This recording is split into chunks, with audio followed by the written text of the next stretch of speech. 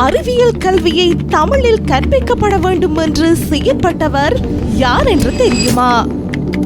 14 வருட உழைப்பின் பின்னர் யாழ் நூல் எனும் உலக புகழ்பெற்ற நூலை இயற்றியவர் யார் என்று உங்களுக்கு தெரியுமா?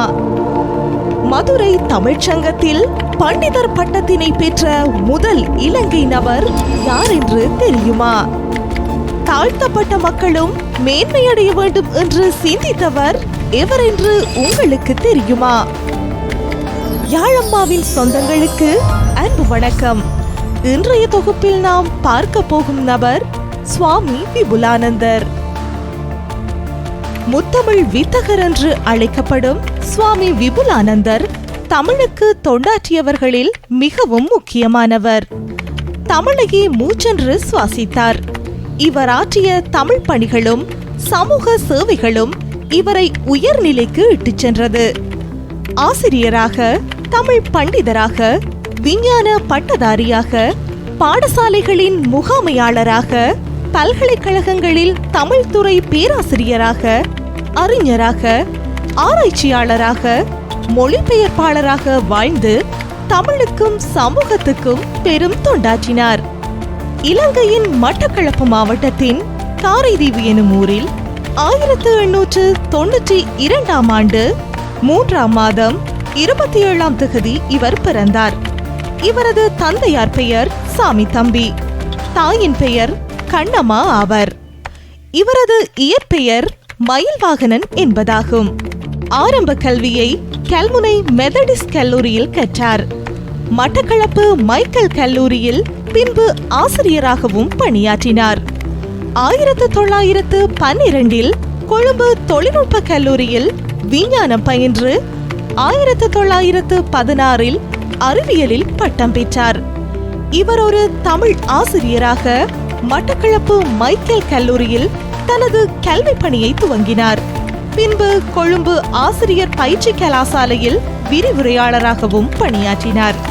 அதனைத் தொடர்ந்து மதுரை தமிழ்ச்சங்கம் நடாத்திய தேர்வில் சித்தி பெற்று பண்டிதர் பட்டம் பெற்றார். இலங்கையிலிருந்து இந்த பட்டத்தை பெற்றுக்கொண்ட முதல் நபரும் இவராவார். அறிவியல் கல்வியானது தமிழில் போதிக்கப்பட வேண்டும் என்ற ஆர்வம் இவரிடம் இருந்தது. இவர் அறிவியல், கலை, சொல்லாக்கத்துக்காக உழைத்திருக்கின்றார். சுமார் 14 ஆண்டு ஆராய்ச்சியின் பலனாக யாழ்நூல் எனும் மிகச் சிறந்த இலக்கியத்தை இவர் படைத்திருக்கிறார். இது பழந்தமிழரின் இசைக்கருவியான யாழ் பற்றி சிறந்த ஆராய்ச்சி நூலாக போற்றப்படுகின்றது. அத்துடன் மதங்க சூளாமணி, சுவாமி விவேகானந்தரின் சம்பாசனைகள் எனும் மொழிபெயர்ப்பு நூல், சுவாமி விபுலானந்தரின் ஆக்கங்கள் எனும் 127 கட்டுரைகள் அடங்கிய 3 பாகங்களை கொண்ட நூல் மற்றும் விபுலானந்தர் இலக்கியம், அதாவது அச்சில் வெளிவராத நூல் ஆகியனவும் இவரது இலக்கிய படைப்புகளாகும். இவர் மகாகவி பாரதியாரின் மீது கொண்ட பற்றினால் அவரை முதன்மைப்படுத்தி தனது வாழ்வில் வாழ்ந்து காட்டினார். தாழ்த்தப்பட்ட மக்களும் மேன்மையடைய வேண்டும் என்று விரும்பினார். நவீன மனிதனுக்கு தேவையான பழங்கால சிந்தனைகள் என்ற தலைப்பில் இவர் எழுதிய கட்டுரைகள் புகழ் வாய்ந்தவையாக உள்ளன. இவ்வாறு மிகச்சிறந்த தமிழ் பணிகளை ஆற்றி தமிழையே பெருமைப்படுத்திய விபுலானந்தர் அவர்கள் 1947 ஆண்டு ஆடி மாதம் 10ஆம் திகதி உடல் நலக்குறைவினால் உயிரிழந்தார். ஈழத்தில் பிறந்து ஒட்டுமொத்த தமிழ் சமூகத்துக்கும் இவர் ஆற்றிய பணிகள் உலகளவில் அளப்பெரியது என்றால் அது மிகையாகாது. தமிழறிவை முழுமையாய் வளர்த்துக் கொள்ள அனைவரும் குடும்பமாய் யாழம்மாவுடன் இணையுங்கள்.